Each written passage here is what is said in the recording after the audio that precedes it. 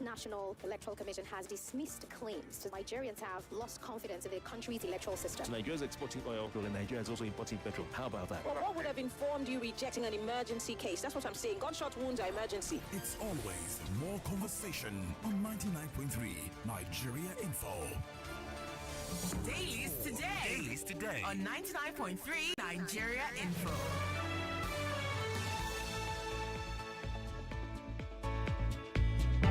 .3 Nigeria Info, Lagos, top of the morning to you. Welcome to the second part of Dailies Today. I'm Sheriff Quadry. And I'm Jimi Disu. Good morning. You know, you can watch this show on Facebook and on YouTube. Nigeria Info 99.3 is how you can watch the show on Facebook and on YouTube. And let's know what you think about the stories that we have for you on the program. Feel free to drop your comment and also share. Please share the live feed as well. Let's begin with this story here, page 5 of the Vanguard newspaper. Tinubu seized Benin Republic's airspace legally. Senate source. Thank you very much, Yes, sir. Sheriff. When I heard that there was a coup in Benin Republic itself, I was shocked.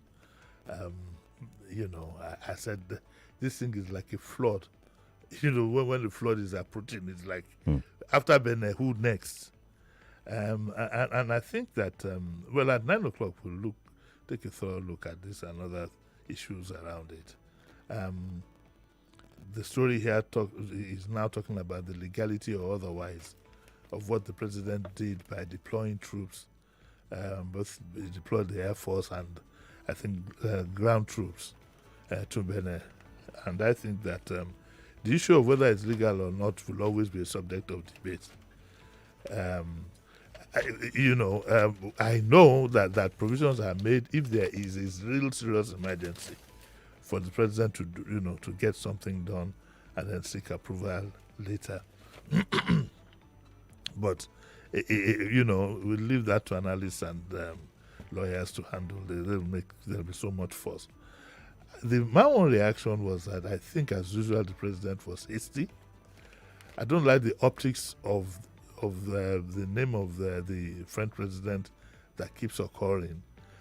You know that the Francophone countries are trying to free themselves and liberate themselves from French influence.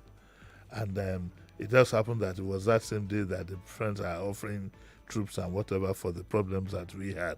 And it was said that the Macron Macron was seeking audience was seeking audience with the president and so on and so forth. And therefore, that makes one think that Macron, the French also have some kind of influence in it. The lesson, though, is that I know that the president of Benin had just had his tenure extended to 7 years. I don't know if he was supposed to benefit from it. But all said and done, there must be something that is making all these countries that is pushing them to the brink to now have military governments, to have coups and so on and so forth. And that is what should concern the politicians. So we can say, safely, that a coup is possible anywhere on the African continent in any of the countries. And some are more prone to others. We have an attempted coup that didn't succeed. It doesn't mean we won't have it again. We pray we don't. We might get to a point where we want to look at our democracy and ask ourselves whether coups, if they become successful, are illegal.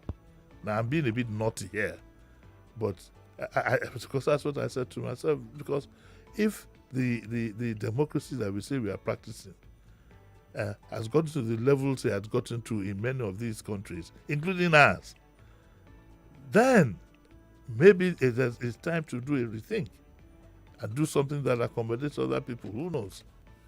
But like I said, back to the story itself. There's another point I want to make quickly. It's okay now because the thing ended. Okay, Sheriff. It's okay now because we've succeeded so far in quelling it. What if it had stretched? Would we now be in a prolonged war in Benin Republic again, where we don't have enough troops and we don't have enough capacity to handle what is happening up north? The president needs to be careful. All these sudden and brazen things sometimes. He needs to sit back and take more time. That's my belief. But we'll have experts at 9 and we'll see what we make out of it. Indeed. Let's go to our next story You didn't here. say what you thought about it, though. Yeah, I think I mentioned that yesterday on the program. Yeah, but You know, but I do think that leadership on the continent have failed the people. African leaders are very, very selfish. What the presidents are doing now is to amend their constitution to keep them in power. They extend their tenure, and then they amend the constitution to make sure that they can remain in power. They have used democracy as an excuse. So they say, it's democratic. We have amended the constitution. Now I can go as many times as possible. So they use democracy as a cover. And I ask the question, like, is democracy really for Africans? Can I ask you a question? Mm-hmm. It's 3 in 1. One, do you think that currently our president might ask for an extension at some point in time? And do you think he might get it? I wish I knew. I wish I could say that, I can see the future. I use the word might. So might means it might not happen. But there's a possibility. Do you think there's a possibility? I do not. I want to believe he wouldn't, but I wish I could see into the future and be confident enough to say why that you are hesitant. Why you are hesitant is because, one, he could ask for an extension. If he asks for it, he will get it. What I do know is that he's a through and through Democrat. I know that one. I do not think that statement itself is about to be tested. Yes. Now that he yes. is yes, I think he's a true Democrat. I don't think that. I want to believe that he will not go that route. No, because you see, what if you have all these constitutional reviews that people are clamoring for, and he might accept? Yeah, they're going to start soon. Well, what if you come up with something that says that the tenure of the president should be 7 years. Single term. A single term of 6 years, whatever. And he says, well, it will start from when he could do 6 years instead of 4. He could do 7 instead of 4. It's the same thing I just said now. They use democracy as a cover. I have fears that some of the things we are doing could lead Nigeria to that kind of situation. It could. Obasanjo was president for 8 years. We've never had a fear that Nigeria was going to be one-party state. Jonathan was we never had any fears that Nigeria. It's only now. And that's scary. It's scary. So you can't be doing all these things and expect that there won't be some sort of reaction. So it's a warning to our political leaders. Yes, it is. That there is a limit to which you can push the country and push the people. My only hope is that they are listening, not just listening, they are taking the lessons from what is happening around us. Because we are not special. We should stop thinking that it can't happen here. We are not special people. We are Africans. We are suffering. We're going through it. And that situation is not watertight. It's not. It's not watertight. It's not as if it can happen. That's right. It could jolly well happen. It might not happen in the way that we are used to. Okay? It might not happen, fellow Nigerians, that might not happen. But it might still happen.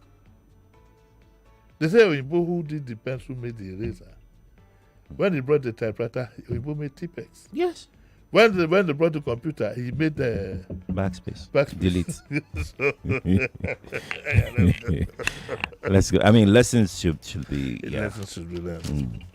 Let's go to our next story here. This is an interesting one. We just had a chat about this story here before we came on air. I wish I didn't have to do this one. Yeah. Page 8 of the Vanguard newspaper. Stop singing. Give your speech. Remi Tinubu tells Governor Adeleke. Yes, I really did wish that I didn't have to do this. but it's a job and I have to do it. And if I ruffle some feathers, I have no apology for ruffling feathers because truth has to be told. So it was the governor. It was at an event. The Oba was some of the activities for his 10th year anniversary, and he gave the awarded or whatever it is the first lady some chieftaincy title. And anyway, long story short, the governor now had to come up to make his speech, and the first lady got up from her seat on the high table, went to where the governor was speaking, and told him to stop. Of course, what's his name, Adeleke. He was down, he wanted to start his singing and whatever, and she told him to stop it. And when she turned her back and it appeared that the gentleman was being stubborn, she went back again. She went back again and told him again to stop it. But I don't know what happened after. The video wasn't didn't get to show us what happened thereafter. My reaction to this, I'm so sorry, but I'll have to be very blunt. My reaction to this is that there is enough blame to go around. And the first blame itself goes to the Oni of Ife. And I would respectfully ask elders in Yoruba land to have a closed-door discussion with Kabiyesi. I do not think, in my view, he's handling that position very well, with the respect that it deserves. I'll leave it at that. I don't think so. I think it's time somebody, instead of murmuring in the background, it's time somebody told him. Elderly people locked him up somewhere, and his dad is still alive, and told him that, look, a lot of things that he does is not necessary. Second, the second set of people I'm going to blame are the presidency. You should not have allowed the First Lady go for such an event in these times. In these times that we are losing lives, in these times that the situation is so bad, Nigeria is virtually at war, it's not a time for open merriment. As for what the First Lady did, I think that her constituency probably would. We are hoping that they will, but they might not be able to tell her that what she did was very wrong and against all forms of protocol. Not just because Adeleke is even a governor. Even if it had been me, let's say I was invited to come, simple me, I don't know anybody, I'm not a big man, anything. It would have been bad manners for somebody to come and tell me, stop. He could have slipped him a note. And besides, that was the job for the organizers of the event. So if anybody was even going to approach the governor to say, don't, it was the only who, like a colleague here, started it all by having that kind of event at these times. Then the blame also goes to Governor Adeleke. He has overdone this dancing bit. Let me be honest with you. You can do these things at campaigns. When you're doing your campaign, you can do your dancing and whatever. But he seems to have gone overboard. And yes, even I probably would feel irritated. What could the First Lady have done? She could have feigned an emergency, slipped a note to the Oni to say, I have to leave. There's a message from the well, nobody will question, nobody will ask. Okay? Or she could have sat it out. There are things that protocol demands. There are things that protocol demands are not just protocol. To be honest with you, it was just not right. They tried to play it, the supporters, of course, have hit the social media. They've tried to play it as it was banter between, what kind of banter at that kind of ceremony? Banter what? And don't forget that the governor represents the people. It's not Adeleke that was standing there. It was the governor. So it's the people of Osun State that have been insulted. Their governor has been insulted. And we must tell ourselves some truths. There have been other occasions you see here and there, where unfortunately the First Lady has people have had to ask questions about certain things being said and so on and so forth. she is doing very well otherwise. But these little things, and I don't know whether it's anger management, but she needs to be told it must not happen again. And I hope that the president has been man enough to pick up his phone immediately after that event was brought to his attention and called the governor of Osun State and apologized to him. I hope so. There is something called optics in the things that we do.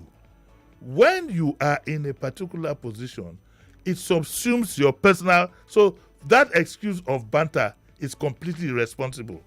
When I saw one or two adults saying that in the social media, I was very angry. We know what is decent and we know what is not decent. We know what is decent. We know what the Sultan of Sokoto was there. So many dignitaries were there at the event.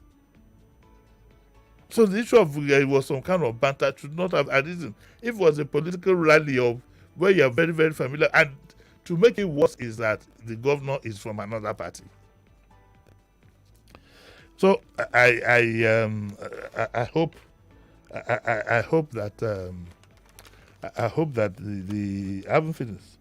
I hope that lessons will be learned also. Then speaking after the confinement, the First Lady said that Nigeria's prosperity from next year would be unstoppable, despite the skepticism of some critics, and I'm one of them. But this is the reason. She says by 2026, Nigeria will be in prosperity. Other Nigerians will come and borrow money from us. What about the money that we owe? Politicians. Those wondering how we will do it, we will show them. You better show us now. Let us look at critically at what you want to do. Because if you have a head of the family saying that I will have money next year, I will show them. You would think maybe he wants to go and do some money. But I also found this statement. I don't want to use the word embarrassing, but I think she could have said something else. That by 2026, Nigeria will be prosperity. Other countries will come and borrow money from us. Those wondering how we will do it, we will show them. I bet let's move to something else. Okay. Let's go to something else. Here we go. So we have this story here as well. This story also broke in the weekend. At the weekend, rather. 100 students released by terrorists handed over to Niger government. Vanguard. Okay, very simply, the question I have asked, I'm sure you probably have heard it from somebody else too. You go, you tell us that 100 students have been released. You say you didn't pay ransom, but nobody has been arrested. You don't say there was any gunfire or anything. So what is really, really happening? I hope it is not that we are paying the way out for these people. Because if that is what is happening, then it's going to continue.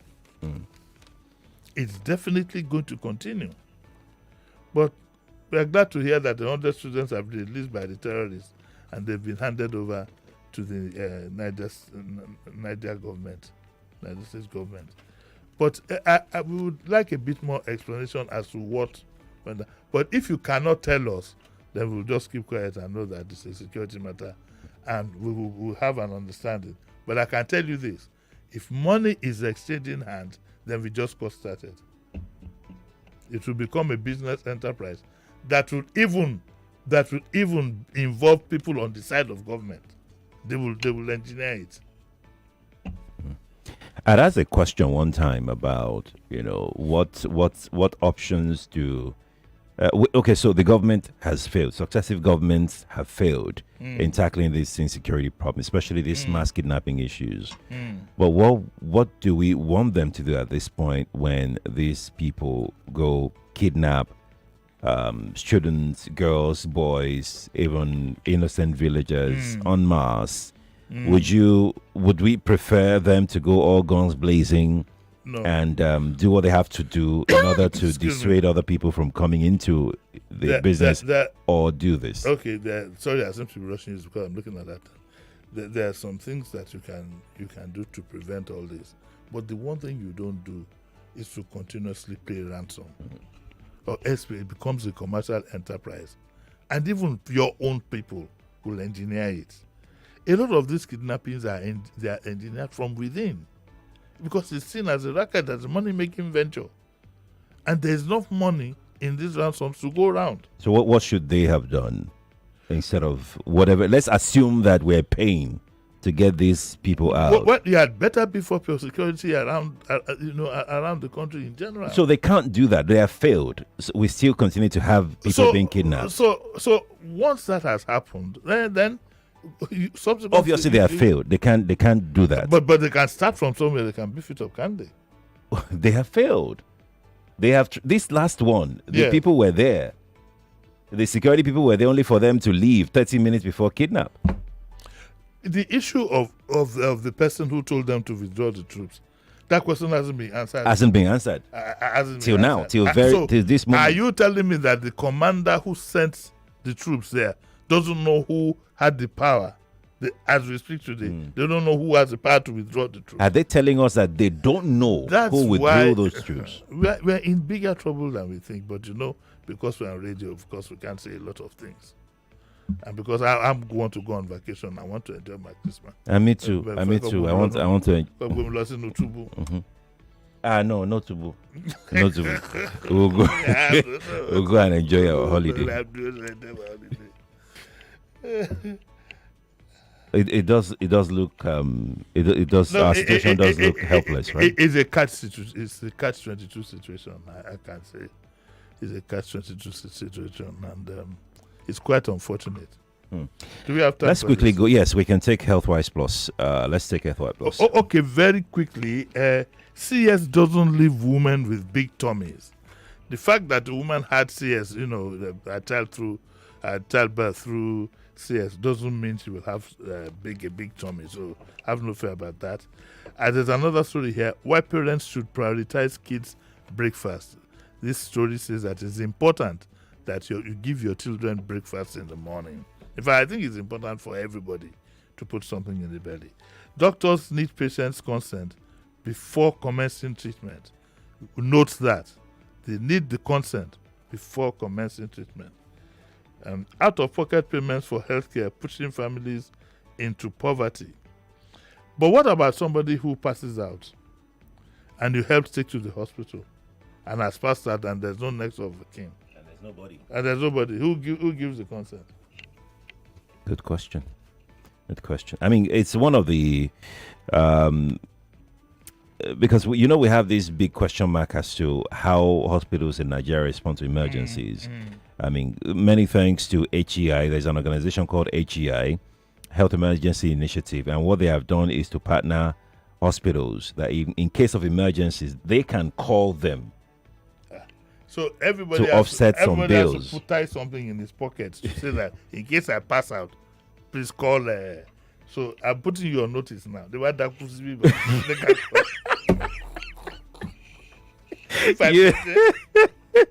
You are very covered. You cannot daku. Anything can happen. You cannot daku. You're very covered. Lagos, we have to go now. Yeah, we really have to go. Thank you all for being a part of the show this morning. Let me mention this story here. FG engages airlines over spike in fares.